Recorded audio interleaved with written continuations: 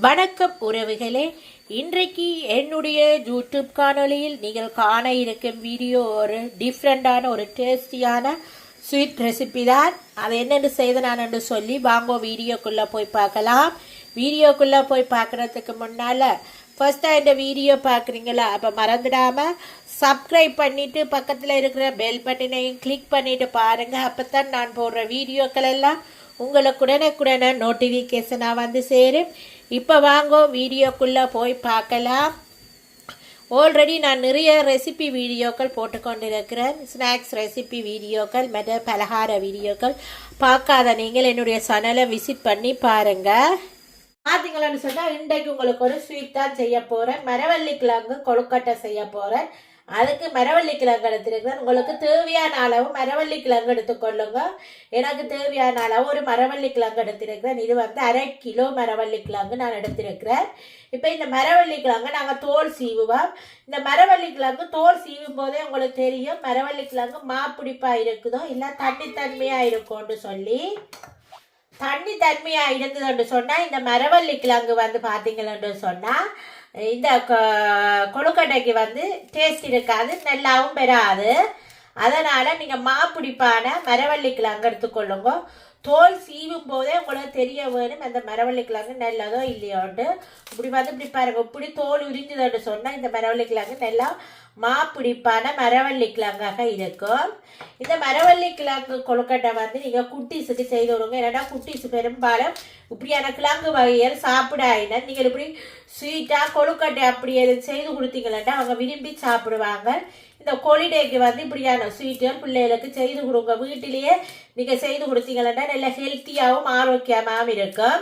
இப்போ நாங்கள் இந்த மரவள்ளி கிழங்கு முதல்ல உரிச்சு எடுத்துக்கொள்ளுவோம். அப்படிங்களான்னு சொன்னால் நான் மரவள்ளி கிழங்கு எடுத்து உரிச்சு கழுவி எடுத்து வச்சிருக்கேன். இப்போ ஒரு பவுலில் கரட் திருவுற தட்டில் வந்து இந்த சின்ன இதால் தான் நீங்கள் இந்த மரவள்ளி கிழங்கு நீங்கள் துருவி எடுக்கணும். பெருசாலும் துருவக்கூடாது, சின்னனால நல்ல மையாக துருவி எடுக்க வேணும்.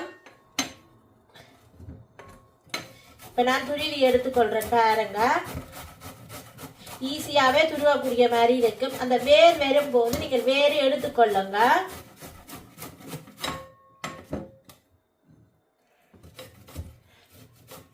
இதே மாதிரி இந்த மரவள்ளி கிழங்கு ஃபுல்லாக துருவிட்டு நாங்கள் பார்க்கலாம்.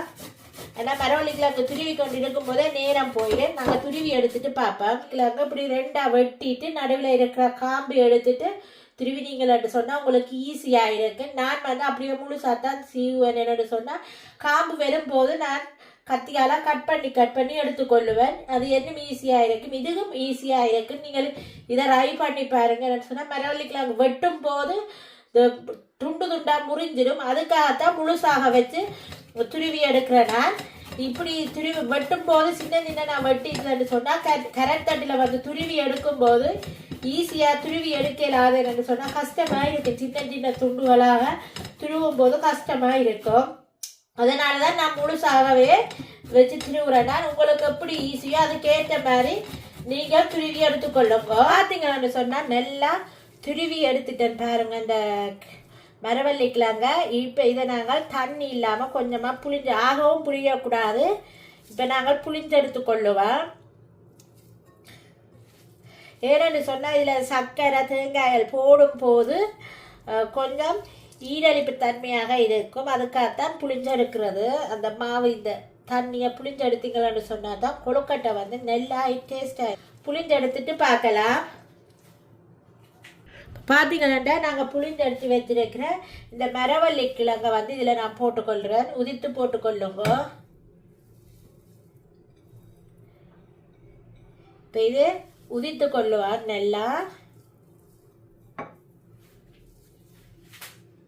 இப்போ பார்த்தீங்கன்னா மரவள்ளி கிழங்கு நாங்கள் உதித்தெடுத்து வச்சிருக்கிறோம் பாருங்க. இதில் வந்து நான் இப்போ கொஞ்சமாக உப்பு போட்டுக்கொள்கிறேன். இந்த மரவள்ளி கிழங்குக்கு தேவையான உப்பு இனிப்பு எடுத்து கொடுக்குறதுக்காக உப்பு போட்டுக்கொள்ளுறேன். அதில் வந்து நான் ஒரு பாதி தேங்காயை துருவி எடுத்து வச்சிருக்கிறேன். ஃப்ரெஷ்ஷான தேங்காய் போட்டிங்கன்னு சொன்னால் தான் நல்லா இருக்கும். உங்களுக்கு எவ்வளோ இனிப்பு தேவையோ அதுக்கேற்ற மாதிரி நீங்கள் சர்க்கரை போட்டுக்கொள்ளுங்க. இதில் வந்து இப்போ தேவையான அளவு ஏலக்காய் பவுடர் வந்து நான் கொஞ்சமாக வாசத்துக்காக ஏலக்காய் பவுடர் போட்டிருக்கிறேன். இப்போ இவ்வளோத்தையும் போட்டுட்டு நல்லபடியாக மிக்ஸ் பண்ணி எடுத்துக்கொள்ளுங்க. இப்போ இதில் வந்து எல்லாம் ஒன்றோடு ஒன்று சேரும்படி நல்ல வடிவாக மிக்ஸ் பண்ணி எடுத்துக்கொள்ளுவோம். தேங்காய் பூ, சர்க்கரை, ஏலக்காய், உப்பு, மரவள்ளி கிழங்கு எல்லாம் நல்ல வடிவாக பிசைஞ்செடுக்க வேணும்.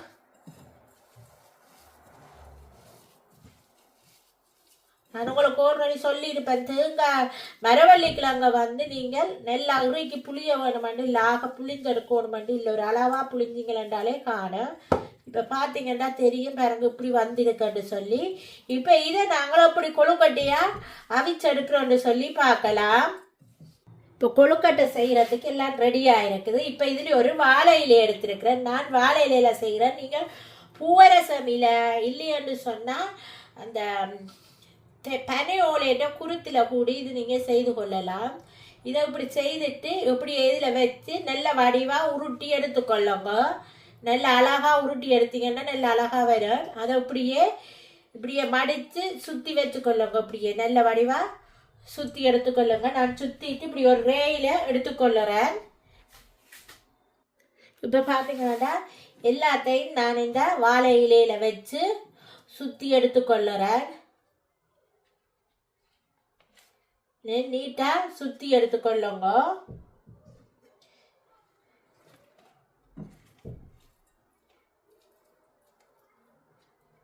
ஆனால் நல்லா ஈஸியானது, குயிக்காக செய்யக்கூடியது, குழந்தைகளும் விரும்பி சாப்பிடுவினம் இந்த கொழுக்கட்டை. ஒரு முறை செஞ்சு பாருங்க.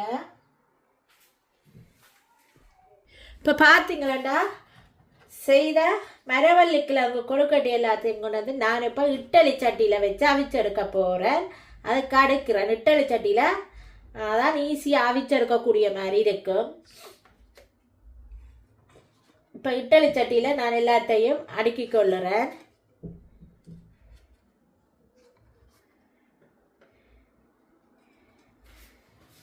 இப்போ பார்த்தீங்களா இட்டலி சட்டியில் எல்லாம் அடுக்கிட்டேன். இப்போ இதை நாங்கள் ஒரு 15 நிமிஷம் குக் பண்ணி எடுத்தோம்னு சொன்னால் சூப்பராக ரெடி ஆகிடும் கொழுக்கட்டை.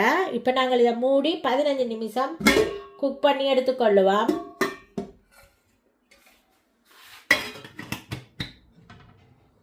இப்போ பார்த்தீங்களாண்டா இது நல்லா அவிஞ்சிட்டு தானே நாங்கள் இப்போ செக் பண்ணி பார்க்கலாம். பாருங்கள், உண்மையிலேயே இந்த வாழையில் வந்து நல்லா வெந்துட்டுதுன்றாலே உள்ளுக்கு நல்லா அவிஞ்சுட்டு தெரியும். பாருங்கள், சூப்பராக அவிஞ்சிட்டுது. இப்போ நாங்கள் இதை இறக்கி எடுத்துக்கொள்ளுவோம். இதே மாதிரியே மீதி இருக்கிற கொழுக்கட்டைகளையும் நாங்கள் அவிச்சு எடுத்துக்கொள்ளுவோம்.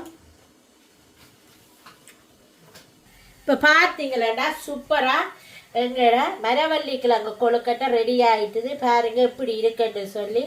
உண்மையிலே அவ்வளோ டேஸ்டாக இருக்கும் இந்த மரவள்ளி கிழங்கு கொழுக்கட்டை. ஒரு முறை நீங்களும் செஞ்சு பாருங்க. அப்போத்தான் உங்களுக்கு தெரியும் இது இந்த டேஸ்ட் எப்படி இருக்குன்னு சொல்லி. பாருங்கள், உங்களுக்கு இந்த வீடியோ பிடிச்சிருந்தா மறந்துடாம சப்ஸ்கிரைப் பண்ணிட்டு பக்கத்தில் இருக்கிற பெல் பட்டினையும் கிளிக் பண்ணிட்டு பாருங்க. அப்பதான் நான் போடுற வீடியோக்கள் எல்லாம் உங்களுக்கு உடனே நோட்டிஃபிகேஷனாக வந்து சேரும்.